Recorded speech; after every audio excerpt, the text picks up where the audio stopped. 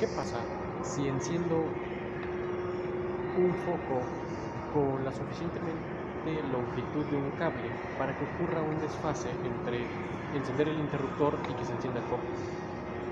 Bueno, no pasaría nada. Realmente la velocidad de la luz no es la misma que con la que se prende el foco. El foco se prende a un fenómeno mucho más complejo llamado los campos magnéticos y campos eléctricos. Es aquí donde entra nuestro hombre James Clerk Maxwell. Se nos ha enseñado cómo la electricidad viaja a través de los cables como si fuera un agua a través de las tuberías, pero eso es incorrecto. Realmente lo que hizo James Clerk Maxwell fue poner en cuatro simples ecuaciones, bueno, no tan simples, cómo los campos eléctricos y magnéticos realmente se propagan como ondas. Para el final de este video, tú podrás entender qué son las ondas electromagnéticas, podrás saber cómo interactúan con la eléctrica electrónica, sus fundamentos, sus características y principalmente cómo interactúan con las antenas. Antes de empezar de lleno con las antenas, quiero dar una base fundamental acerca de qué es el electromagnetismo. ¿Qué es el electromagnetismo? Sus características y por qué es tan importante. El electromagnetismo es una de las cuatro principales fuerzas de la naturaleza, de la física, ya que por esta fuerza las cargas negativas o las cargas iguales se repelen y las cargas opuestas se atraen. Este principio se basa en los celulares, las laptops, el tomacorrientes de la casa, etc. La importancia del electromagnetismo radica en su capacidad de mover energía, de trasladarla. La manera en cómo mueve las ondas electromagnéticas la energía es explicada por Maxwell en sus ecuaciones. Él pone como referencia las ondas senoidales y cosenoidales. ¿Por qué ambas? Precisamente porque un coseno es un seno desplazado pi medios radianes. Por eso es prácticamente lo mismo. Así que como una onda electromagnética podemos decir que es lo mismo un seno y un coseno. Sin embargo, el campo eléctrico y el campo magnético siempre van de forma perpendicular siguiendo esa norma, siguiendo la relación que tiene un seno y un coseno, es decir, perpendiculares, pero desplazados uno con otro, pi medios radianes. Existen cuatro leyes de Maxwell y existen tres versiones de las leyes de Maxwell: la integral, la diferencial y la fasorial.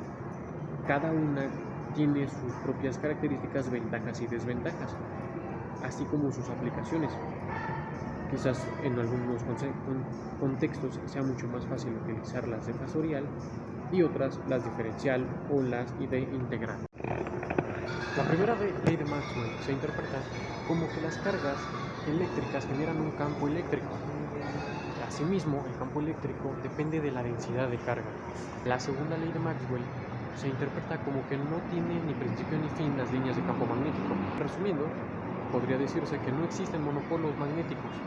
La tercera ley de Maxwell, la de Ampère-Maxwell, se interpreta como que un campo magnético puede ser generado tanto por corriente eléctrica como por un campo eléctrico cambiante. Por último, la ley de Lenz-Faraday quiere decir que un campo magnético variable genera un campo eléctrico circundante. Este es el principio de los generadores eléctricos y transformadores. En el proyecto 2 exploramos qué ventajas y desventajas tienen este tipo de antenas comparadas con el proyecto 1, que era acerca de las antenas de monopolo-dipolo pero por alambre. Se destacan entre unas características la ganancia. Las antenas de parche tienen una ganancia moderada, generalmente entre un rango de 5 a 8 dB, lo que las hace adecuadas para aplicaciones donde no se requiere una antena de alta ganancia. El patrón de radiación tiene un patrón de radiación unidireccional, con la mayor parte de radiación dirigida a una dirección, generalmente perpendicular a la base del parche. La banda de frecuencia, aunque las antenas de parche son muy eficientes en un rango específico de frecuencias, su ancho de banda es típicamente limitado, lo que significa que la frecuencia de operación debe estar bien definida. su facilidad de fabricación, que aunque es mucho más fácil hacerlas dipolo y monopolo de alambre, hay antenas más complejas en las cuales gana la antena de parche, ya que es una estructura plana y muy simple en cuanto a los materiales, incluso es económica. Y la polarización. Las antenas de parche pueden ser diseñadas para tener polarización lineal o circular, la que las hace versátiles para diferentes tipos de aplicaciones de comunicación. Y por último, en este proyecto se realizó una pequeña antena de microstrip para una televisión digital. ¿En qué consistía este proyecto?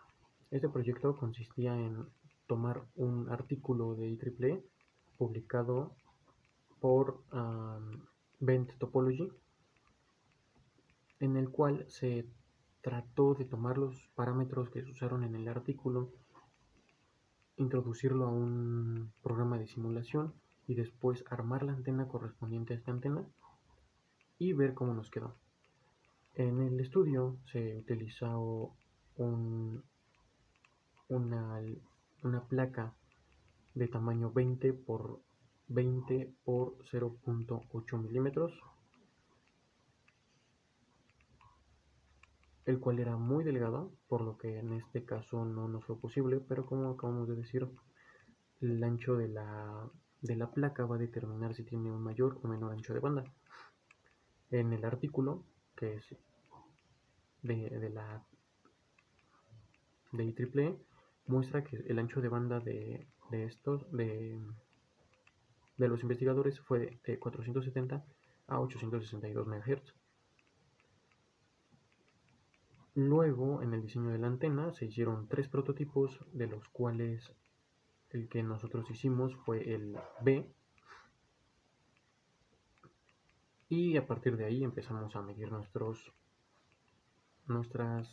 pruebas. Empezamos nuestras pruebas.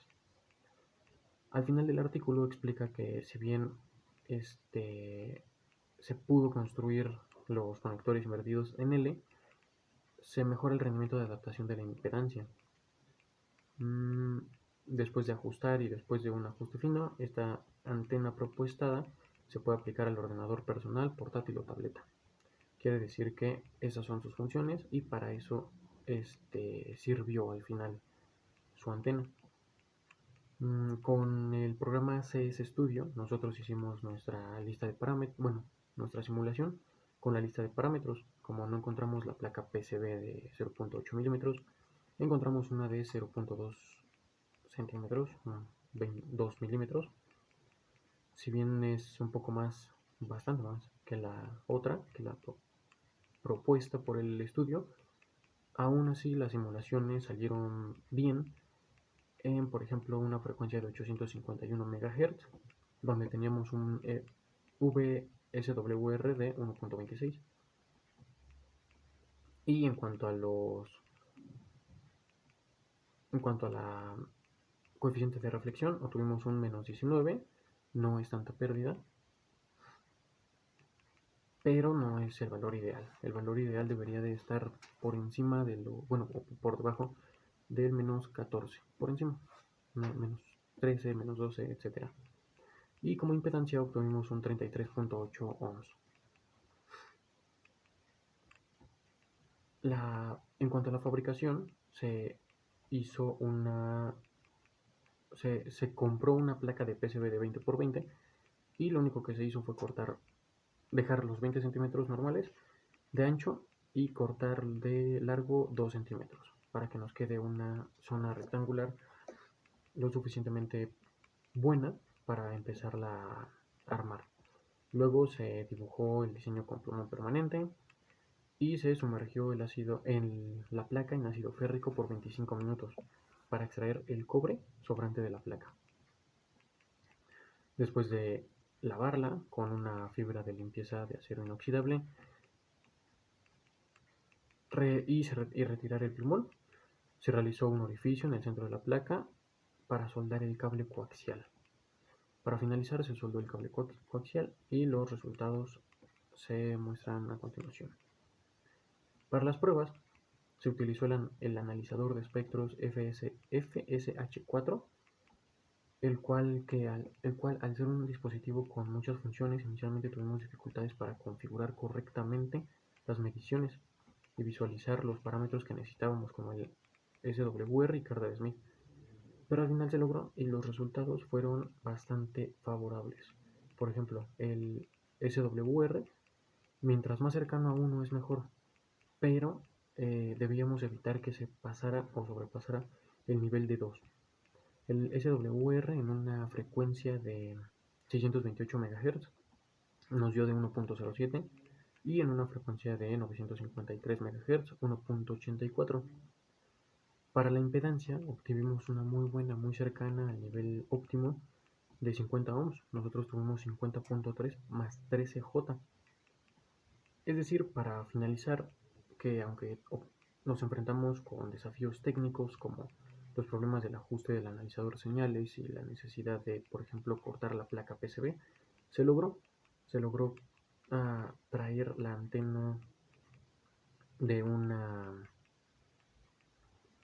artículo a la realidad y probarla. La probamos en una televisión digital y funcionó. Agarró prácticamente todos los canales, de los cuales, si bien hay un margen de optimización para realizar mejor el corte de las antenas o en sí el proceso de limpiado, fue un buena experiencia, el cual permitió fortalecer las habilidades prácticas y profundizar en la teoría electromagnética. Espero que les haya gustado el video. Muchas gracias por ver. Soy Miguel Ángel López Macías. Nos vemos.